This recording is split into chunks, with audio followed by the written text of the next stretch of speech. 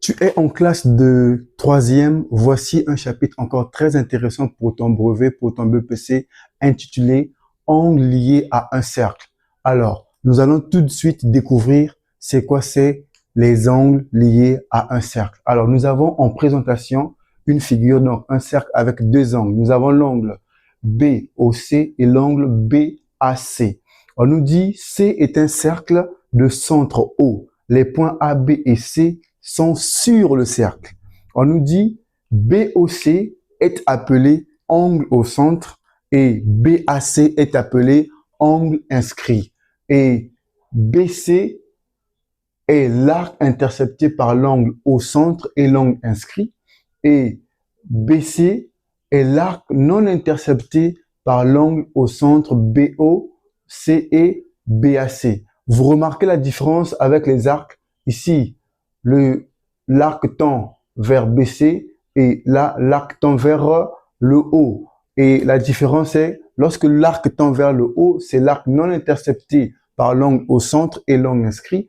Et lorsque l'arc tend vers BC, c'est l'arc intercepté par l'angle au centre et l'angle inscrit. Alors, en définition, on dit ceci. Qu'est-ce qu'un angle au centre? Qu'est-ce qu'un angle inscrit?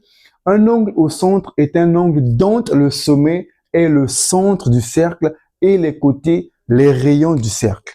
Et c'est quoi? C'est un angle inscrit. Un angle inscrit est un angle dont le sommet est l'un des points du cercle et les côtés, les cordes du cercle.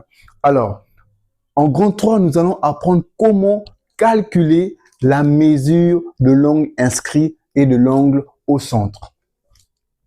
Petit 1, mesure de l'angle inscrit aigu. Et tu sais déjà qu'un angle aigu est compris entre 1 et 89 degrés. Alors, on nous dit ceci.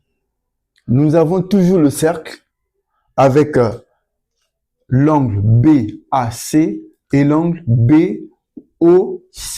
On nous dit ceci, que dans un cercle, la mesure de l'angle inscrit est égale à la moitié de la mesure de l'angle au centre qui intercepte le même arc que lui. Donc, mathématiquement, on dira que mesure de l'angle au centre inscrit égale à quoi? Angle au centre divisé par 2. Alors, la formule, elle est là. Et si la mesure de l'angle inscrit est égale à la moitié de l'angle au centre, alors l'angle au centre est égal au double de l'angle inscrit, à condition que les deux angles interceptent le même arc. Alors, pour savoir que les angles interceptent les mêmes arcs, le même arc, voici comment est-ce qu'il faut le déterminer. On a B et C. Je prends un exemple. Ici, nous avons l'angle BAC. Et là, nous avons l'angle BOC. Lorsque nous regardons les extrémités de nos angles, on a B et C, et on regarde aussi la position des angles. Si les deux angles tendent vers la même position, on dit que ces angles interceptent le même arc. Alors, en petit 2, nous avons la mesure de l'angle inscrit obtus ou entrant.